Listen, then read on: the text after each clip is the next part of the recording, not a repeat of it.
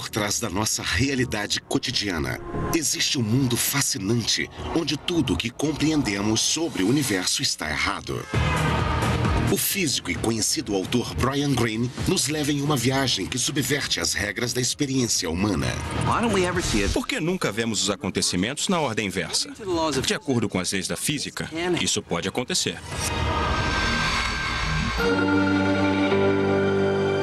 Além do cosmos, mecânica quântica.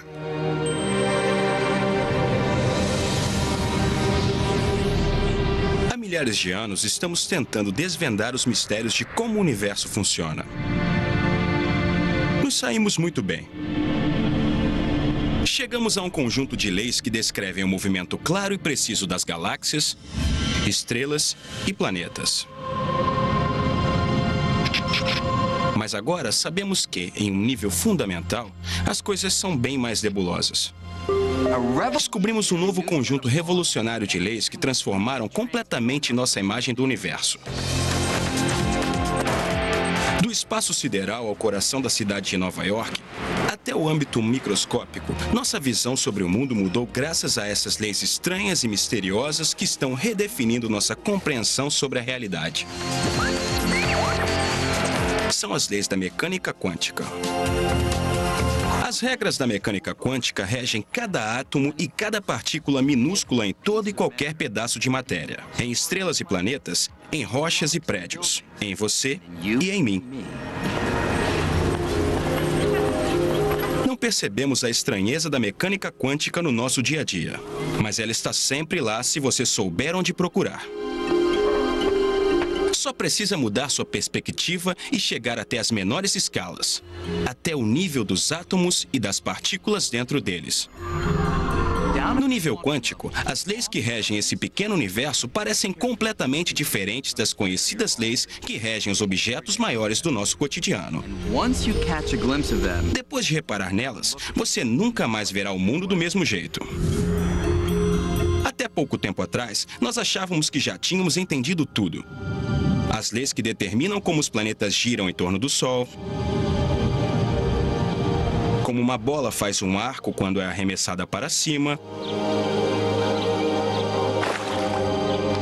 como as ondulações se espalham na superfície de um lago. Essas leis foram descritas em uma série de equações chamadas de mecânica clássica, e elas permitiam prever o comportamento das coisas com exatidão. Tudo parecia fazer sentido até uns 100 anos atrás, quando os cientistas estavam se esforçando para explicar algumas propriedades estranhas da luz. Por exemplo, o tipo de luz emitida pelos gases quando são aquecidos em um tubo de vidro. Quando os cientistas observaram essa luz através de um prisma, viram uma coisa que nunca poderiam esperar. Quando aquecemos algum gás e olhamos por um prisma, ele forma linhas. Não o espectro contínuo que vemos projetado por um caco de vidro na mesa, mas linhas muito distintas. A luz não se espalhava, formando um arco-íris completo, mas apareciam feixes de luz em cores muito específicas. Era um mistério entender o que estava acontecendo. Uma explicação para as misteriosas linhas de cor viria de um grupo de cientistas radicais, que no começo do século XX estavam estudando a natureza fundamental do mundo físico. Algumas das ideias mais surpreendentes viriam da mente de Niels Bohr, um físico que adorava discutir novos conceitos jogando ping-pong. Bohr estava convencido de que a solução para o mistério estava no coração da matéria, na estrutura do átomo. Ele achava que os átomos pareciam pequenos sistemas solares, com partículas ainda menores, chamadas elétrons, orbitando em volta de um núcleo, da mesma forma que os planetas giram em torno do Sol. Mas Bohr propôs que, diferente do sistema solar, os elétrons não podiam se mover em uma órbita qualquer. Apenas determinadas órbitas eram permitidas. Ele teve uma ideia espantosa e completamente antifísica. Aqueles eram estados específicos, órbitas fixas que os elétrons podiam descrever. E só essas órbitas. Bohr afirmou que quando um átomo é aquecido, seus elétrons ficam agitados e pulam de uma órbita fixa para outra. Cada salto para baixo emite energia na forma de luz, em comprimentos de onda muito específicos. E por isso, os átomos produzem cores muito específicas. É daí que tiramos a expressão salto quântico. Se não fosse pelo salto quântico, teríamos um borrão de cor saindo de um átomo quando ele se agitasse ou sossegasse. Mas não é isso que vemos no laboratório. Vemos vermelhos e verdes muito definidos. O salto quântico é a origem e o autor dessa cor definida. A grande surpresa do salto quântico foi que os elétrons iam diretamente daqui para lá, aparentemente sem se mover pelo espaço no meio. É como se, de repente, Marte sumisse de sua órbita e aparecesse na órbita de Júpiter.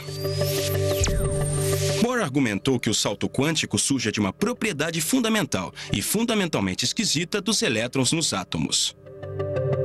Sua energia vem em blocos distintos que não podem ser subdivididos.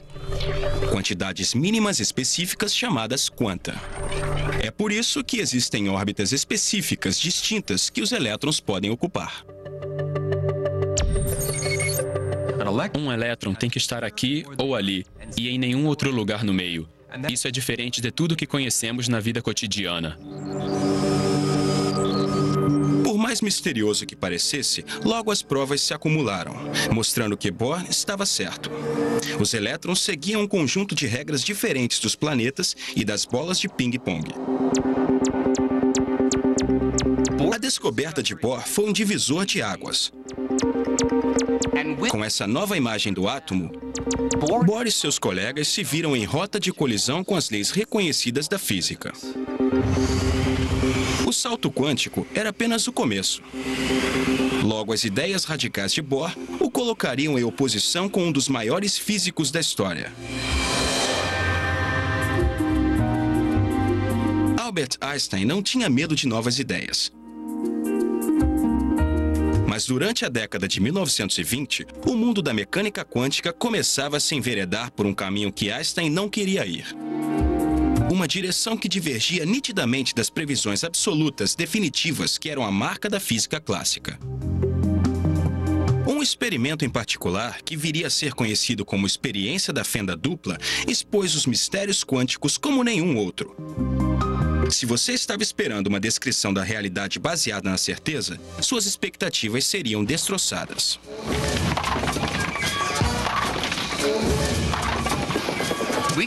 Podemos entender melhor a experiência da fenda dupla e como ela altera radicalmente nossa ideia da realidade, realizando um experimento parecido. Não na escala das partículas muito pequenas, mas com objetos mais cotidianos, como os que encontramos em uma pista de boliche. Mas antes, eu preciso fazer alguns ajustes na pista.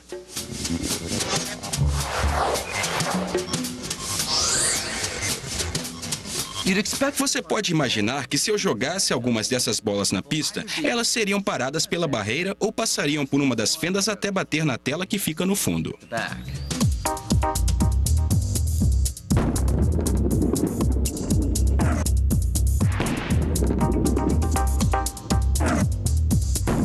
Na verdade, é isso mesmo que acontece. As bolas que passam sempre batem na tela diretamente atrás da fenda da direita ou na fenda da esquerda. A experiência da fenda dupla funciona assim, mas em vez de bolas de boliche, usamos elétrons, que são bilhões de vezes menores. Você pode imaginá-los assim.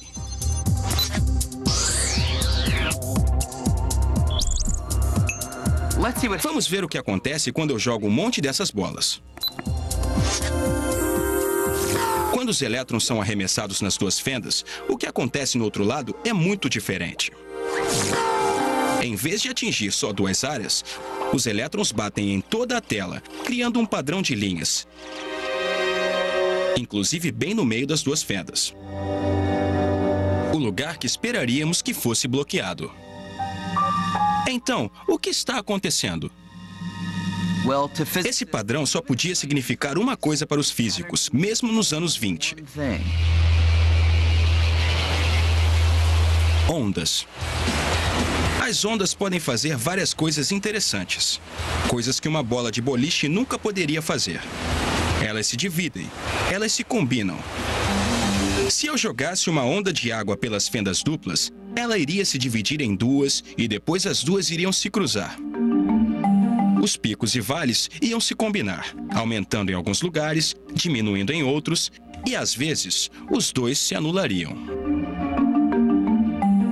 Com a altura da água, correspondendo à claridade na tela, os picos e vales criariam uma sequência de linhas, no que é conhecido como padrão de interferência. Os elétrons são partículas, então como poderiam criar esse padrão? Como um único elétron poderia parar em lugares nos quais uma onda iria? Partículas são partículas, ondas são ondas. Como uma partícula pode ser uma onda? A não ser que a gente desista da ideia de que eles são partículas e pense: essa coisa que eu pensava que fosse uma partícula, na verdade é uma onda. Uma onda no oceano não é uma partícula. O oceano é composto por partículas, mas as ondas no oceano não são partículas. Pedras não são ondas. Pedras são pedras. Uma pedra é um exemplo de partícula.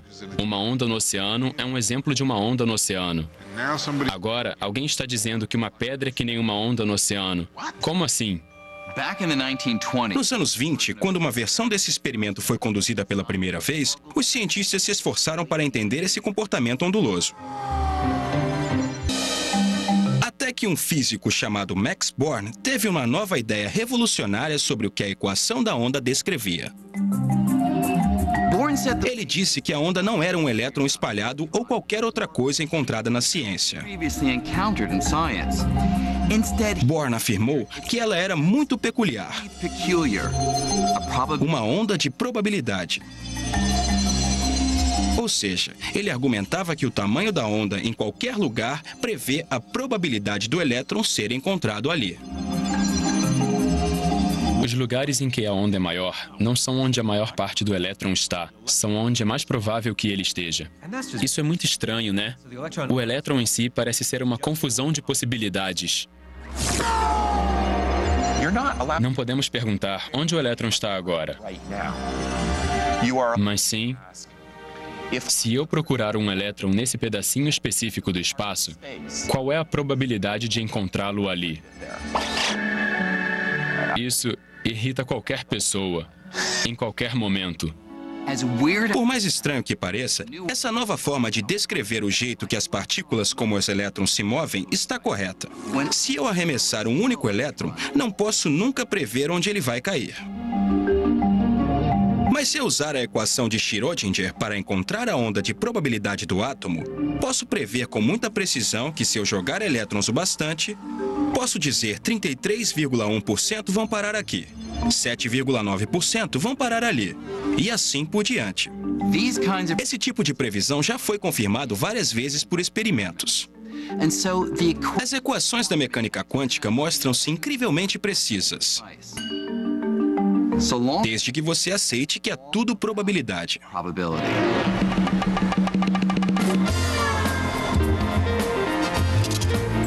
Se você acha que probabilidade significa ter que adivinhar, os cassinos de Las Vegas vão provar que você está errado. Tente a sorte em qualquer jogo de azar e descubra o poder da probabilidade. Digamos que eu aposte $20 no número 29 aqui na roleta.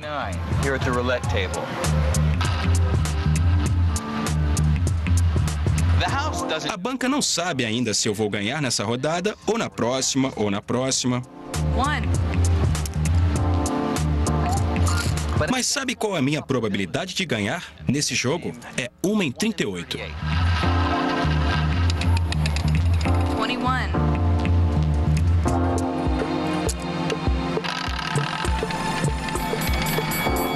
29.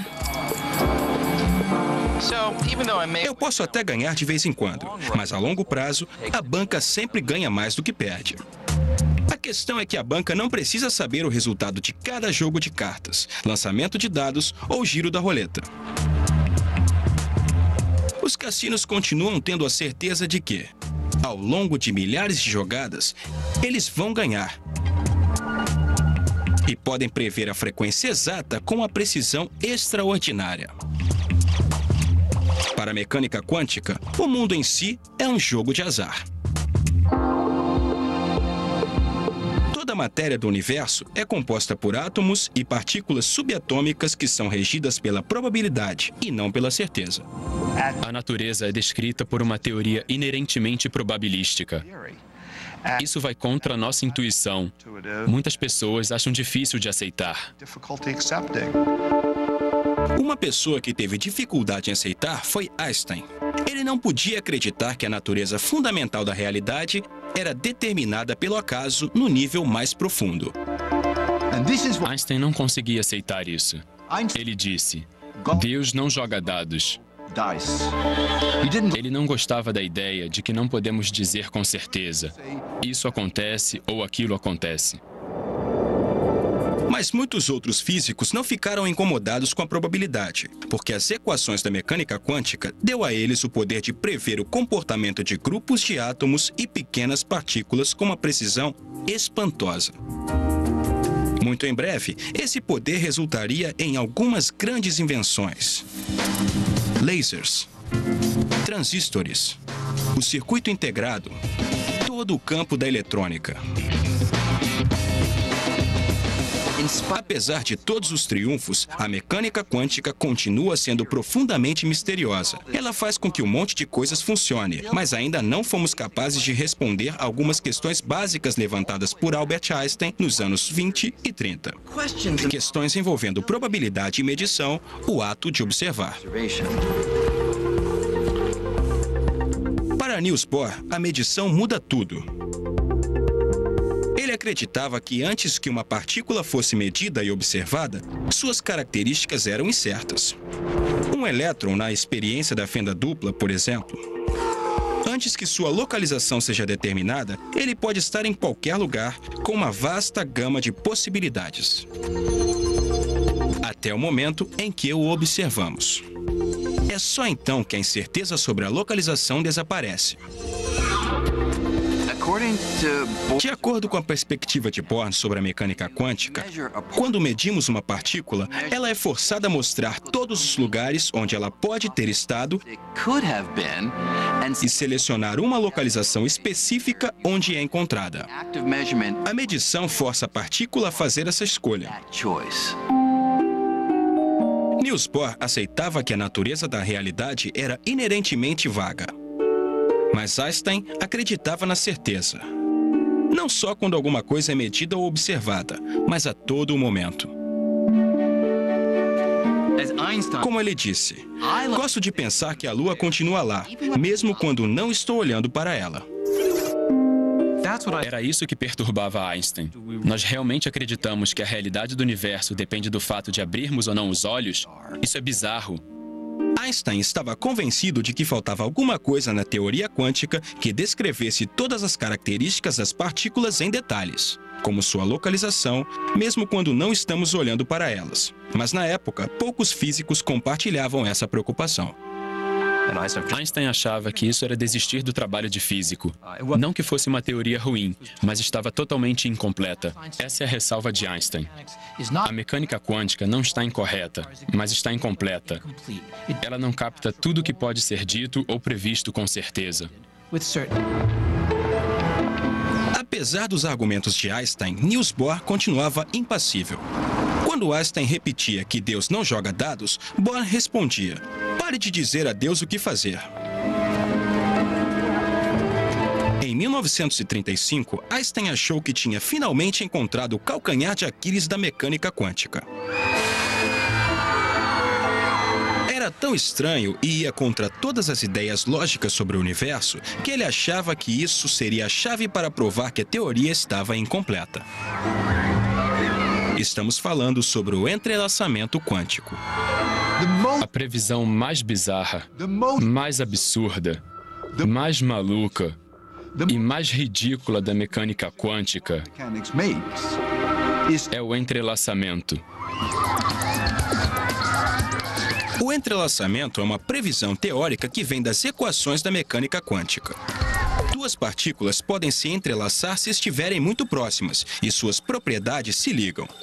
Mesmo se nós separarmos essas partículas, jogando cada uma em direções opostas, a mecânica quântica diz que elas continuam entrelaçadas, conectadas de forma inextricável.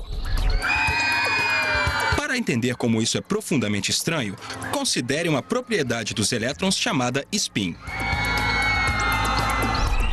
Diferentemente de um peão, um átomo gira de forma completamente incerta, até que ele seja medido, assim como outras propriedades quânticas.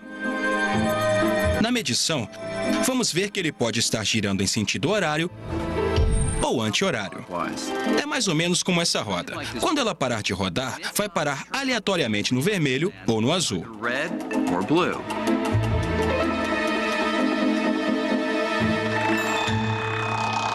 Agora imagine uma segunda roda. Se elas se comportassem como dois átomos entrelaçados, cada vez que uma parasse no vermelho, a outra com certeza cairia no azul. E vice-versa. Como as duas rodas não estão conectadas, isso já seria suspeito bastante. Mas a mecânica quântica, adotada por Niels Bohr e seus colegas, ia ainda mais longe, prevendo que se uma delas estivesse muito distante, até na Lua, sem cabos ou transmissores, mesmo assim, uma delas estaria no vermelho e a outra no azul.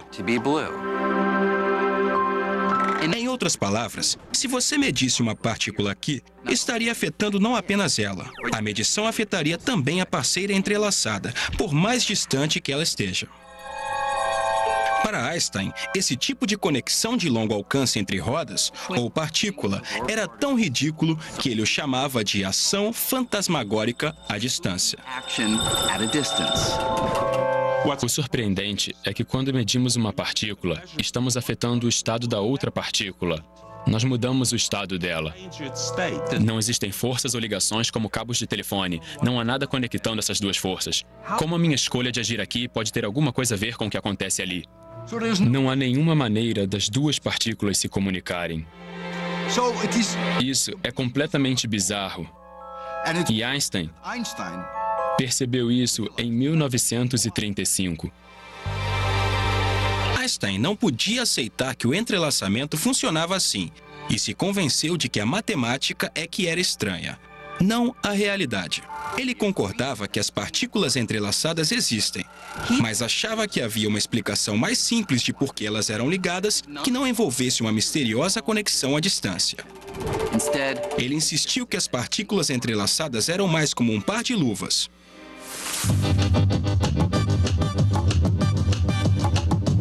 Imagine que alguém separe as duas luvas, colocando cada uma em um estojo. Depois a pessoa entrega um dos estojos para mim e manda o outro para a Antártida.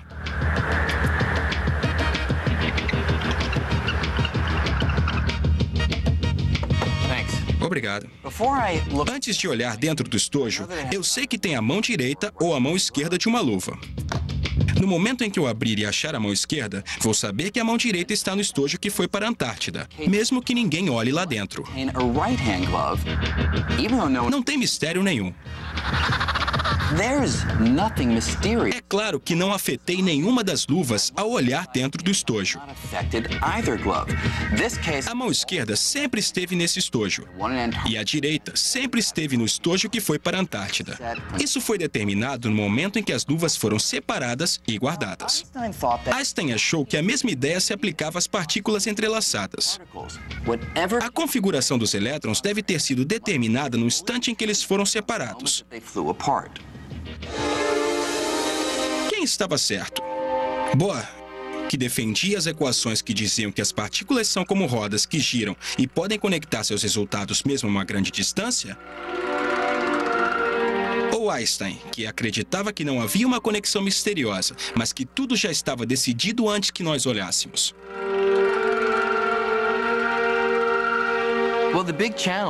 O grande desafio em descobrir quem estava certo era que Einstein dizia que uma partícula tem um spin específico antes da medição.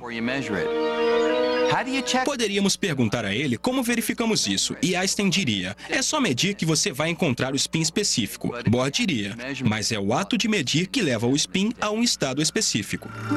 Ninguém sabia como solucionar o problema. A questão passou a ser considerada filosofia e não ciência. Em 1955, Einstein morreu, ainda convencido de que a mecânica quântica oferecia, na melhor das hipóteses, um quadro incompleto da realidade.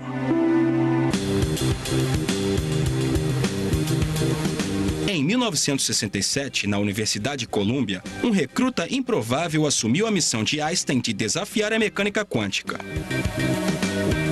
John Clauser estava prestes a completar um doutorado em astrofísica. A única coisa que faltava era sua nota em mecânica quântica.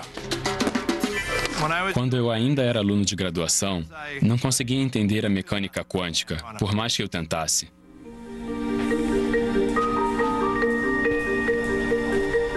Clauser estava se perguntando se Einstein poderia estar certo, quando fez uma descoberta que mudou sua vida. Era um artigo obscuro escrito por um autor irlandês pouco conhecido, chamado John Bell. Bell parecia ter encontrado uma forma de resolver o impasse entre Einstein e Bohr, e mostrar de uma vez por todas quem estava certo sobre o universo. Eu tinha certeza que a perspectiva da mecânica quântica provavelmente estava errada. Ao ler o artigo, Clauser viu que Bell tinha descoberto como afirmar se as partículas entrelaçadas estavam realmente se comunicando através de alguma ação fantasmagórica, como as rodas correspondentes, ou se não havia nada de fantasmagórico e as partículas já tinham suas próprias definições, como um par de luvas, e mais. Com alguns cálculos espertos, Bell mostrou que não havia nenhuma ação fantasmagórica. A mecânica quântica não estaria apenas incompleta, como Einstein pensava. Ela estaria errada. Cheguei à conclusão de que era um dos resultados mais profundos que eu já tinha visto. Bell era um teórico, mas seu artigo mostrava que a questão podia ser resolvida se pudéssemos construir uma máquina que criasse e comparasse muitos pares de partículas entrelaçadas. Bell transformou a questão em uma questão experimental. O assunto não seria mais filosofia ou uma troca de artigos. O experimento que Bell imaginou poderia ser feito. Nós poderíamos fazer um experimento de verdade para verificar o assunto. Clauser começou a construir uma máquina que finalmente resolveria o impasse. Eu era só um aluno de graduação metido na época. Há sempre uma pequena chance de você descobrir um resultado que vai sacudir o mundo.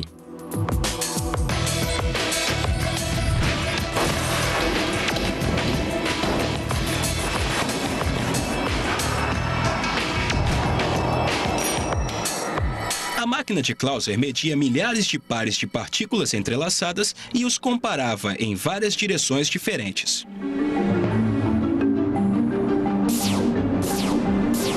Quando os resultados começaram a aparecer, Clauser teve uma surpresa e não ficou feliz. Eu ficava me perguntando o que eu tinha feito errado, quais erros eu tinha cometido. Clauser repetiu os experimentos e logo o físico francês Alain Aspect desenvolveu testes ainda mais sofisticados. E um deles ia ao âmago do debate entre Einstein e Bohr. No teste de Aspect, a única forma em que a medição de uma partícula poderia influenciar diretamente a outra era um sinal viajar entre elas mais rápido do que a velocidade da luz, o que o próprio Einstein tinha mostrado que era impossível. A única explicação que restava era a ação à distância. Assim, o experimento de Aspect praticamente afastou todas as dúvidas. Os resultados do teste eram chocantes. Eles mostravam que os cálculos da mecânica quântica estavam certos. O entrelaçamento é real. As partículas quânticas podem estar ligadas ao longo do espaço. Medir uma partícula pode afetar de verdade seu par distante, como se o espaço entre as duas não existisse. Justamente o que Einstein achou que fosse impossível, a ação fantasmagórica à distância, realmente acontece. Fiquei Muito triste de não ter derrubado a mecânica quântica mais uma vez, porque até hoje tenho muita dificuldade em entender a teoria. Isso é o mais estranho da mecânica quântica. É impossível compreender. Não me pergunte por quê. Não pergunte como funciona, porque é uma pergunta ilegal. Tudo o que podemos dizer é que, aparentemente, é assim que o mundo funciona. Se nós aceitamos que o mundo realmente funciona desse jeito bizarro, seria possível aproveitar a ação fantasmagórica à distância do entrelaçamento para alguma coisa útil? Sempre tivemos o sonho de transportar pessoas e objetos de um lugar para outro sem percorrer o espaço entre eles. Em outras palavras, teletransporte. Me teletransporte a bordo. Energizar. Energizar. A série Star Trek sempre fez o teletransporte parecer muito convincente. Pode soar como ficção científica, mas como o entrelaçamento pode torná-lo possível? Incrivelmente, alguns testes já estão sendo feitos nas Ilhas Canárias, na costa da África. Nós fazemos os experimentos aqui nas Ilhas Canárias porque temos 2 observatórios. Além disso, é um ambiente agradável.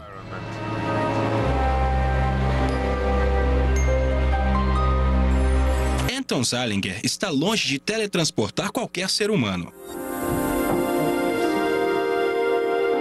Mas ele está tentando usar o entrelaçamento quântico para tentar teletransportar pequenas partículas individuais. Neste caso, fótons. As partículas de luz. Ele começa gerando um par de partículas entrelaçadas no laboratório na ilha de La Palma. Um fóton entrelaçado fica em La Palma, enquanto o outro é enviado por telescópios guiados a laser para a ilha de Tenerife, a 144 quilômetros de distância. Depois, Zeilinger traz um terceiro fóton, o que ele quer teletransportar, e faz com que ele interaja com o fóton entrelaçado que está em La Palma. A equipe estuda a interação comparando o estado quântico das 2 partículas. E aqui está a parte interessante. Por causa da ação à distância, a equipe vai ser capaz de usar a comparação para transformar o fóton entrelaçado na ilha distante em uma cópia idêntica do terceiro fóton. Vai ser como se o terceiro fóton tivesse sido teletransportado pelo mar, sem percorrer o espaço entre as ilhas. Nós extraímos a informação levada pelo fóton original e criamos um novo original. Usando essa técnica em outros lugares, Zeilinger conseguiu teletransportar milhares de partículas.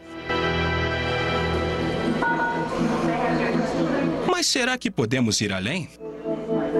Já que somos feitos de partículas, esse processo poderia tornar possível o teletransporte humano?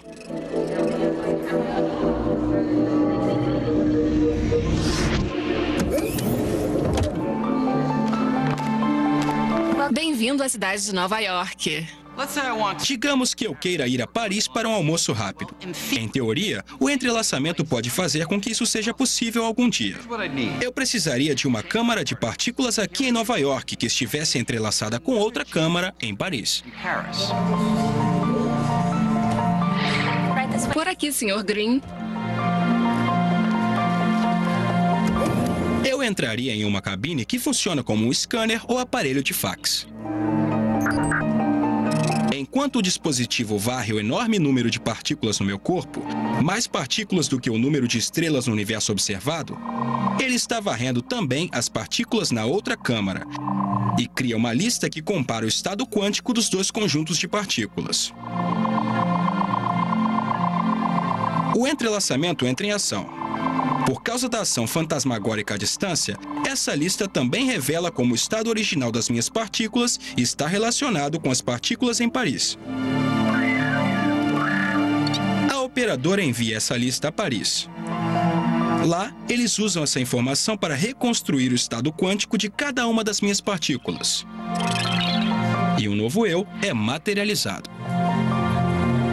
As partículas não viajaram de Nova York a Paris. O O entrelaçamento permite que o meu estado quântico seja extraído em Nova York e reconstituído em Paris, até a última partícula.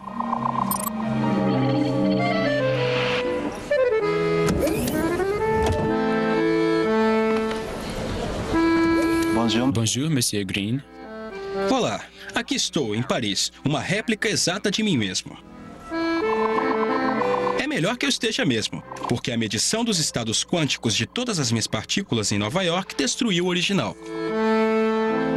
O protocolo para o teletransporte quântico exige que o objeto que está sendo teletransportado seja destruído no processo. Isso te deixa meio nervoso. Acho que você acabaria virando um amontoado de nêutrons, prótons e elétrons. Sua aparência não seria muito boa. Estamos muito longe do teletransporte humano, mas a possibilidade levanta uma questão. O Brian Greene que chega a Paris sou realmente eu? Não deveria existir nenhuma diferença entre o eu original de Nova York e o novo eu em Paris. De acordo com a mecânica quântica, não são as partículas físicas que fazem com que eu seja eu. São as informações contidas nas partículas. E essas informações foram teletransportadas exatamente por todas as trilhões e trilhões de partículas que compõem o meu corpo. Uma questão filosófica profunda é se o que chega à estação de destino é o original ou não. A minha opinião é que consideramos original aquilo que tem todas as propriedades do original. Então, neste caso, é o original. Eu nunca entraria nessa máquina. Mesmo que o teletransporte humano nunca vire realidade, a incerteza da mecânica quântica tem várias outras possibilidades de aplicação.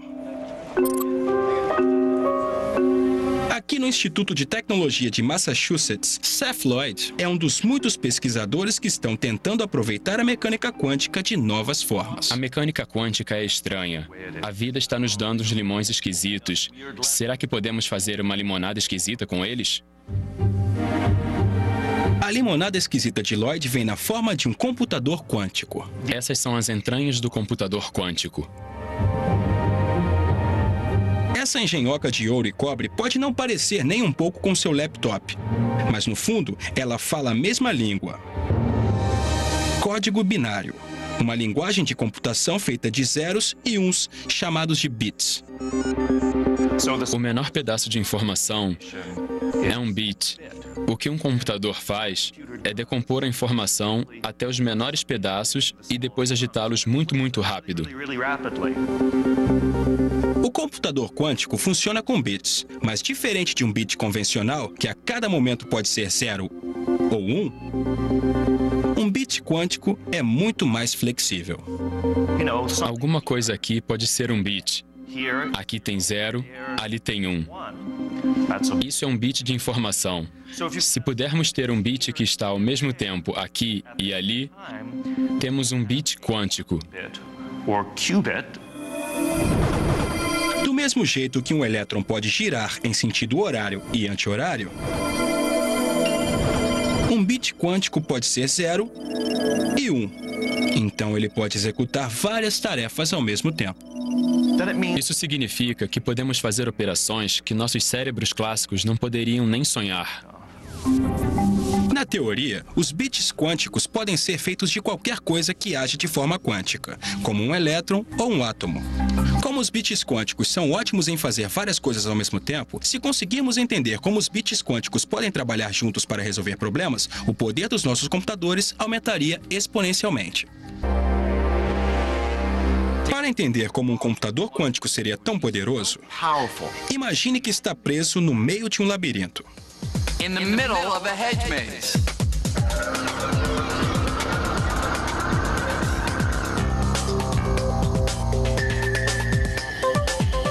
Você ia querer achar a saída o mais rápido possível. O problema é que existem muitas opções. E eu preciso tentar uma por uma. Isso significa que vou chegar a vários becos sem saída. Vou passar por vários caminhos e entrar em vários lugares errados.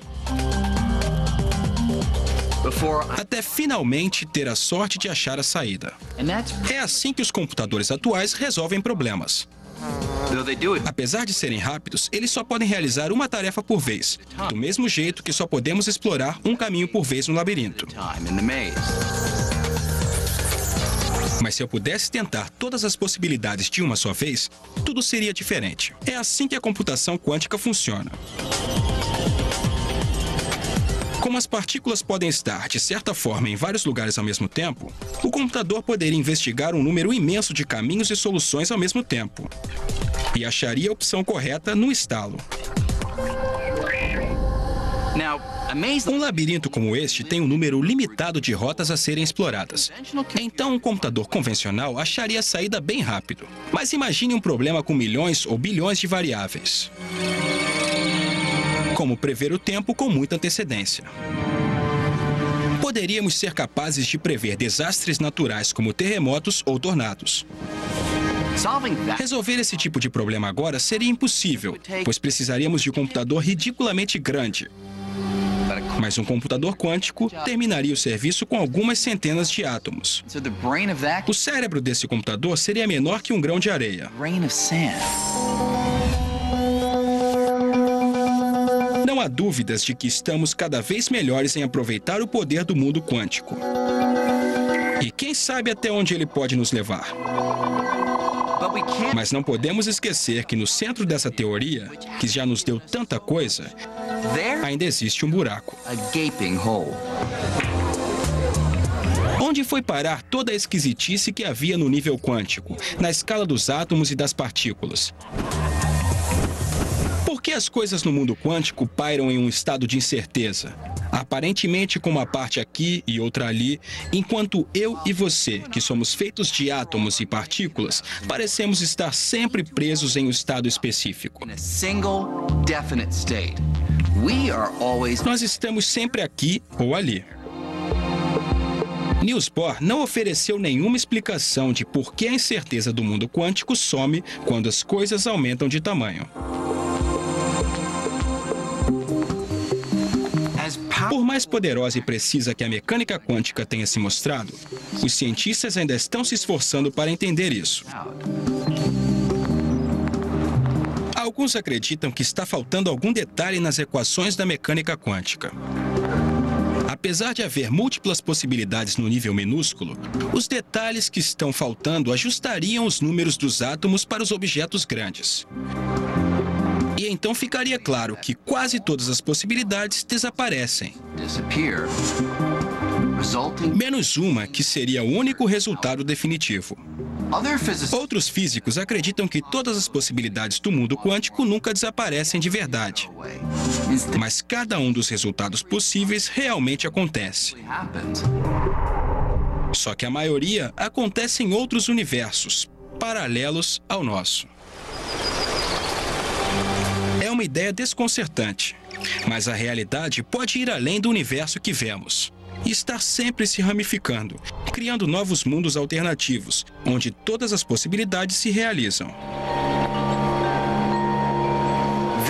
Essa é a fronteira da mecânica quântica e ninguém sabe onde vai dar.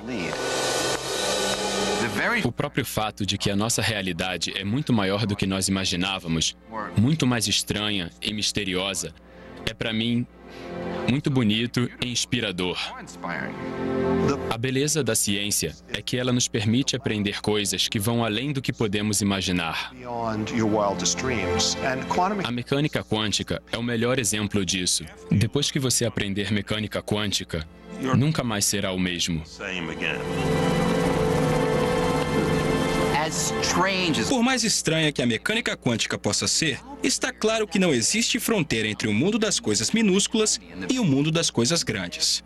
Essas leis se aplicam em qualquer lugar, mas suas características estranhas são mais aparentes quando as coisas são pequenas.